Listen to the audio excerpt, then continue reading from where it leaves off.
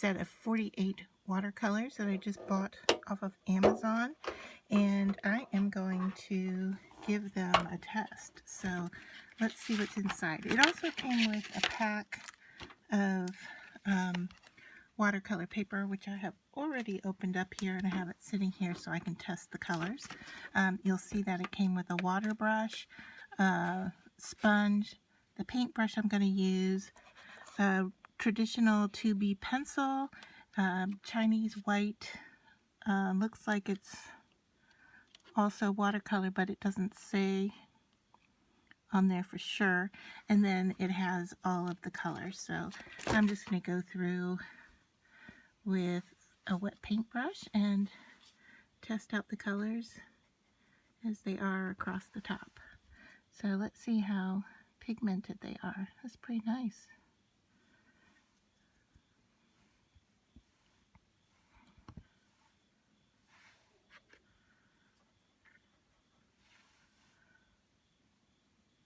Ooh, iridescent, look at that.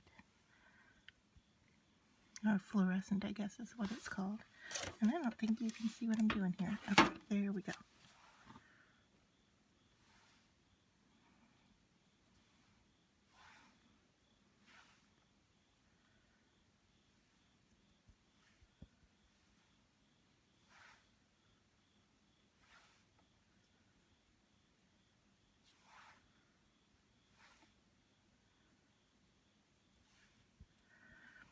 So that's the first color that seemed a little thin to me across the top here.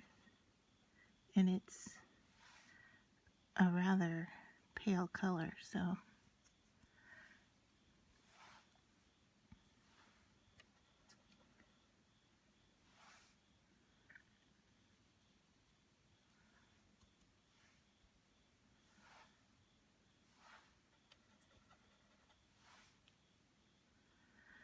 what I'm doing here is I am rinsing off in a cup of water and blotting it off on a towel off to the side. I don't know, let me move you so you can see. Okay, so here's my dirty cup, here's my clean cup, and then I have this towel that I'm blotting off on. So after each color, I'm cleaning the brush, and then I'm going into the clean water and going to grab the next color.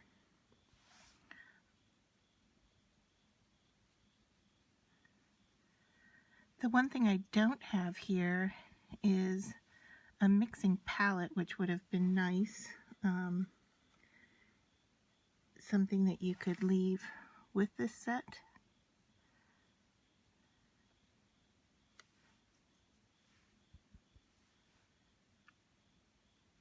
I think would have been really nice. Unless I'm wrong, this set might have come with all of that and I just didn't bring it all down here to test out. I'll have to check out my purchase again, unfortunately.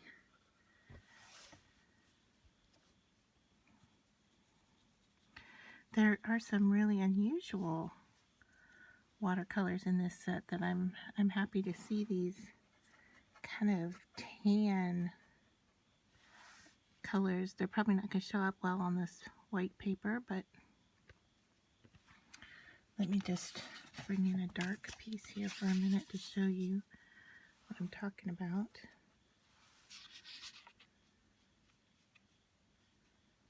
So there, you can see it's not showing up very much on this watercolor paper.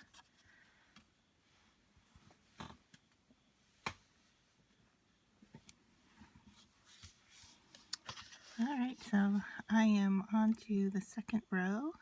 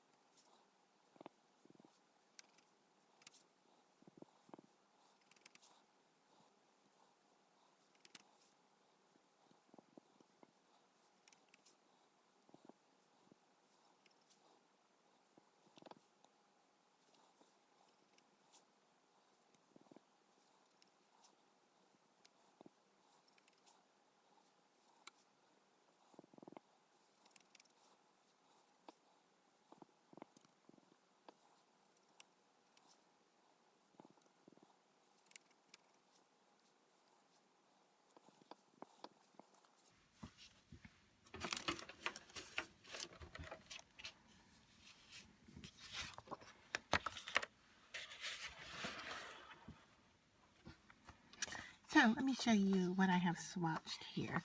So here are the corresponding colors, and I tried to just use the same amount of water on my brush and then kind of swipe the color like 3 times before I went here on the watercolor paper. So what I thought I was seeing was with this color here that it was rather thin and pale, but now that it's dried, it's looking very much like what I expected. The colors are not looking terribly off from what I'm seeing here on my paper. The watercolor paper that came with the set is rather thin. I actually had 2 or 3 sheets there. I thought I only had 1. So you can see there's no bleed through, although I'm not using a whole heck of a lot of water here. And then here is the second row of colors, and this is the corresponding samples.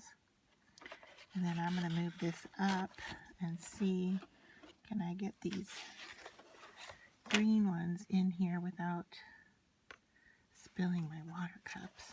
Let's see.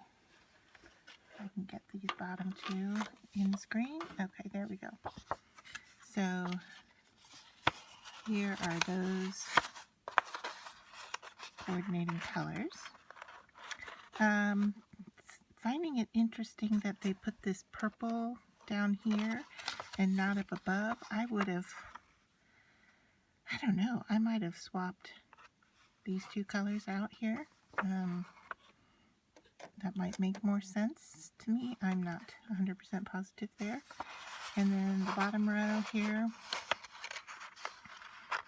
are some darker fall colors. We don't have a huge variety of gray, but remember we do have the white, and the black is pretty dense. So I think the color coverage here is what's really nice, and that I didn't have to work too much at getting those to lay down color on the watercolor paper. So now I have, you know, a nice sample that I can put in here with the paint so that I know what it's going to look like on the paper.